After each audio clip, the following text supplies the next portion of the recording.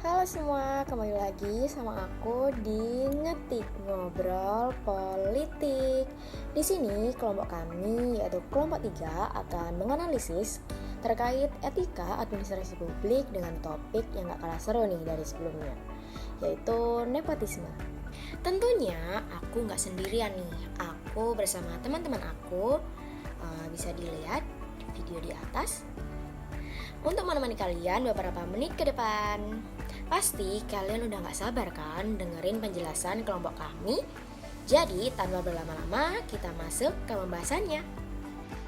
Pengertian nepotisme.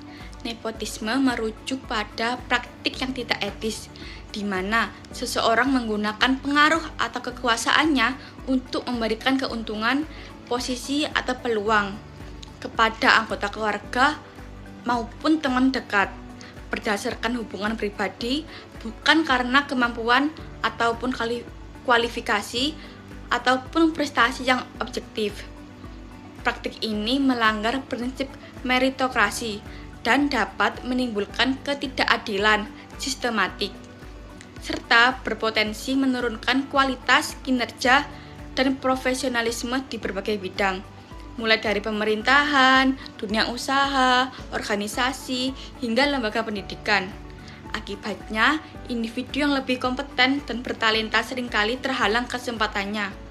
Sementara mereka yang memiliki koneksi keluarga ataupun pertemanan dekat dapat dengan mudah mendapatkan posisi atau keistimewaan tertentu. Teori nepotisme. Yang pertama, teori elit yang saya temukan di e-jurnal Situs Darussalam. Teori ini dikembangkan oleh Vilfredo Pareto dan Gaetano Mosca. Teori ini menjelaskan bagaimana elit menggunakan nepotisme untuk mempertahankan kekuasaan.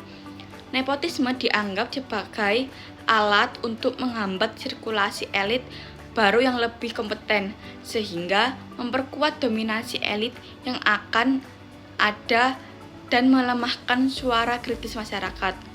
Untuk yang kedua, politik keluarga atau kinship politics yang saya temukan di jurnal Setjen Kemendagri. Teori ini menyoroti bagaimana hubungan keluarga dalam politik dapat menciptakan jaringan patronase yang merugikan demokrasi. Praktik ini seringkali mengarah pada korupsi dan mengurangi partisipasi masyarakat dalam proses politik karena posisi dan sumber daya dialokasikan berdasarkan hubungan pribadi, bukan kompetensi.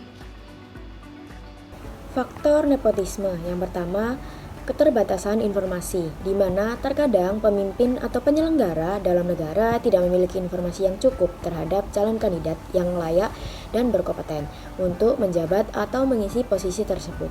Jadi, mereka lebih memilih untuk merekrut atau mempromosikan orang terdekat mereka seperti keluarga, kerabat, maupun teman dekat sebagai cara untuk meminimalisir resiko kesalahan memilih kandidat tersebut. Lalu yang kedua, kebutuhan untuk membangun kepercayaan, di mana beberapa pemimpin atau penyelenggara dalam negara merasa lebih percaya dengan orang terdekat mereka dalam mengelola suatu posisi. Hal ini terjadi karena mereka percaya bahwa keluarga, kerabat, maupun teman dekat mereka lebih bersedia membantu dan mendukung kepentingan mereka. Lalu yang ketiga, kekuasaan, di mana beberapa pemimpin atau penyelenggara negara yang memiliki kekuasaan dalam suatu negara atau institusi mungkin lebih mempromosikan orang-orang terdekat mereka untuk mengisi posisi tersebut sebagai cara untuk memperkuat dan memperluas kekuasaan mereka dalam organisasi. Yang ketiga, kebijakan yang buruk, di mana terkadang kebijakan yang buruk dalam suatu organisasi atau institusi menjadi penyebab lahirnya nepotisme. Katakanlah kebijakan yang tidak transparan atau tidak adil dalam proses rekrutmen atau promosi karyawan dapat memberikan peluang bagi orang terdekat pemimpin atau penyelenggara negara untuk mendapatkan posisi tertentu tanpa memperhatikan kemampuan dan kualifikasi mereka. Lalu yang terakhir ada budaya, di mana terkadang suatu individu atau organisasi menganggap nepotisme sebagai hal yang wajar dan dapat diterima. Hal tersebut menjadi terjadi karena adanya kebiasaan atau budaya dalam keluarga atau masyarakat yang mendorong mereka untuk mempromosikan anggota keluarga, kerabat, atau teman dekat mereka untuk posisi tertentu. Ada beberapa jenis kegiatan nepotisme yang dapat diidentifikasi. Di antaranya adalah yang pertama yaitu ikatan kekeluargaan. Jenis nepotisme ini paling mudah dikenali dan paling sederhana, di mana beberapa pegawai yang bekerja di suatu lembaga atau instansi berasal dari keluarga yang sama. Biasanya ini dapat dikenali dari nama keluarga atau ciri fisik yang mirip. Yang kedua ada college tribalism. Dilakukan berdasarkan kampus atau jurusan yang sama. Misalnya, jika seorang pemimpin perusahaan berasal dari kampus A, maka pelamar yang juga berasal dari kampus A akan lebih diutamakan daripada pelamar yang lain.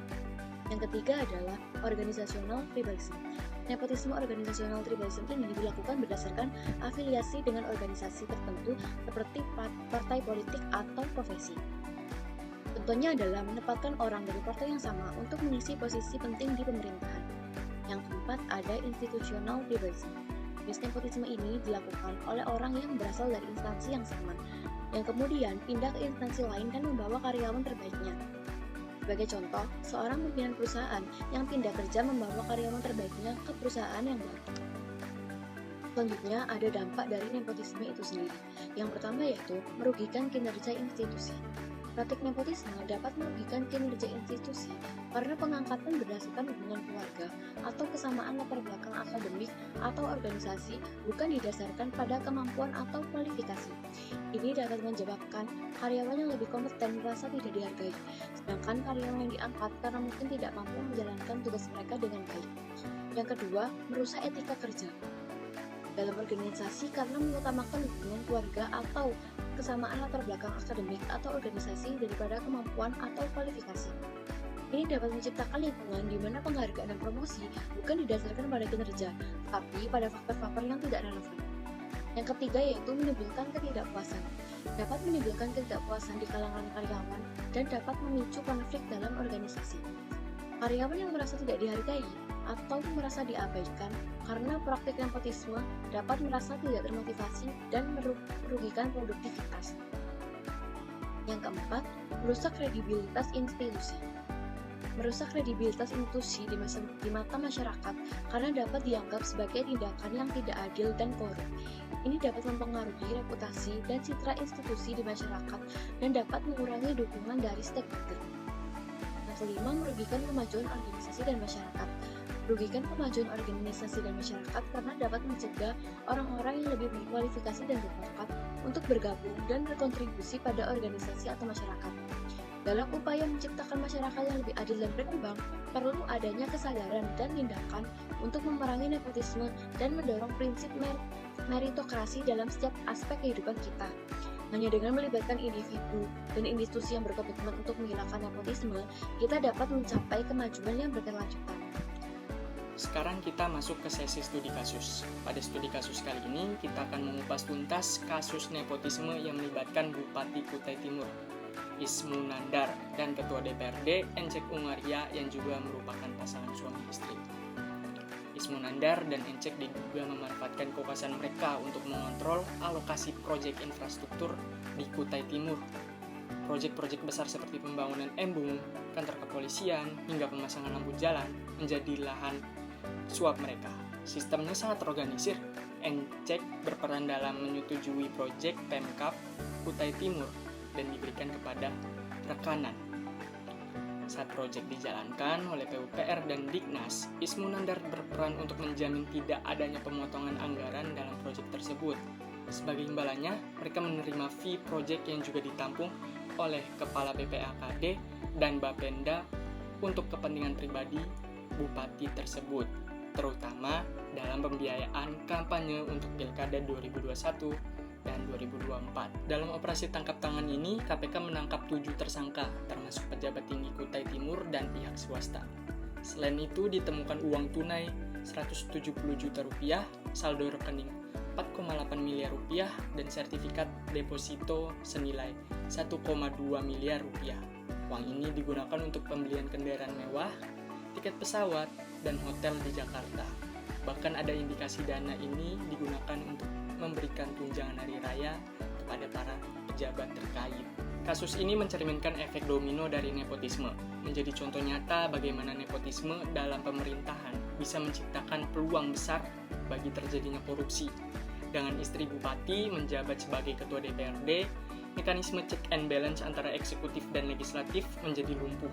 Pengawasan internal digantikan oleh hubungan-hubungan kekeluargaan yang lebih mengutamakan kepentingan pribadi dibanding kepentingan masyarakat.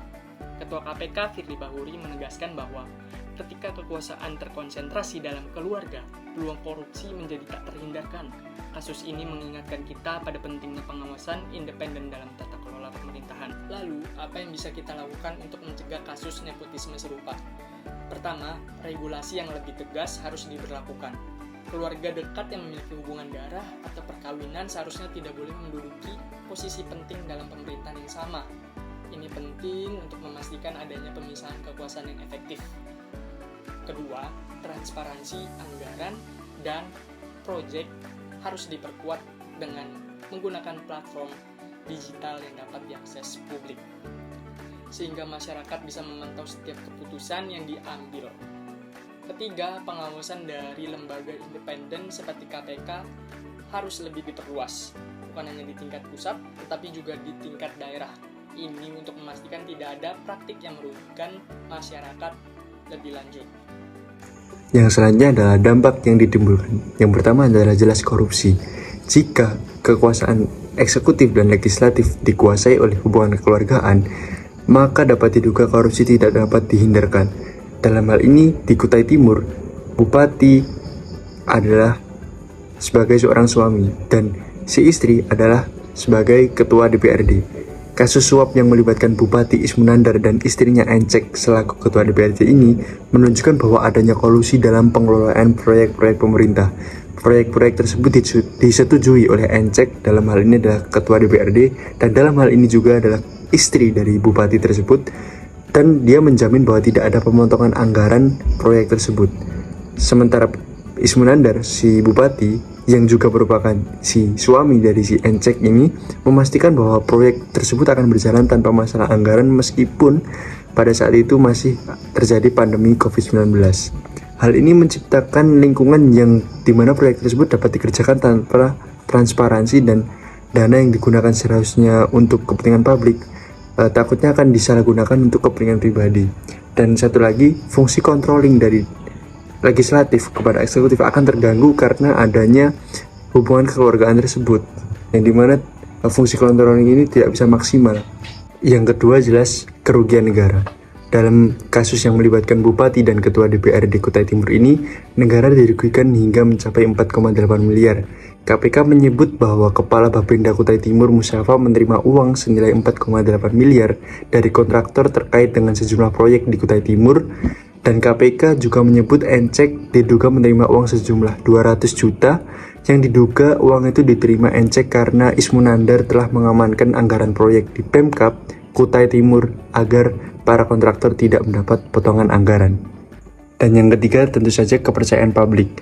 Nepotisme dan korupsi ini juga berdampak pada kepercayaan masyarakat terhadap pemerintah. Ketidakadilan dalam distribusi sumber daya alam dan kesempatan ekonomi menjadi semakin nyata, menciptakan ketidakpuasan di kalangan warga, dan hal ini akan memperburuk citra dari pemerintah dan menurunkan partisipasi politik dari masyarakat. Nepotisme merupakan praktik tidak etis yang merugikan institusi dan masyarakat, ditandai dengan pemberian keuntungan berdasarkan hubungan pribadi yang mengabaikan prinsip meritokrasi. Praktik ini menurunkan kinerja profesional, merusak etika kerja, dan menciptakan celah korupsi di berbagai sektor seperti pemerintahan, bisnis, dan pendidikan. Teori elit dan politik keluarga menunjukkan bahwa nepotisme adalah strategi untuk mempertahankan kekuasaan dengan membatasi sirkulasi elit baru, sebagaimana terlihat dalam studi kasus korupsi di Kutai Timur. Akibatnya, individu berbakat terhalang kesempatannya, sementara mereka dengan koneksi dapat dengan mudah memperoleh keistimewaan, yang pada gilirannya melemahkan demokrasi dan menurunkan kepercayaan publik.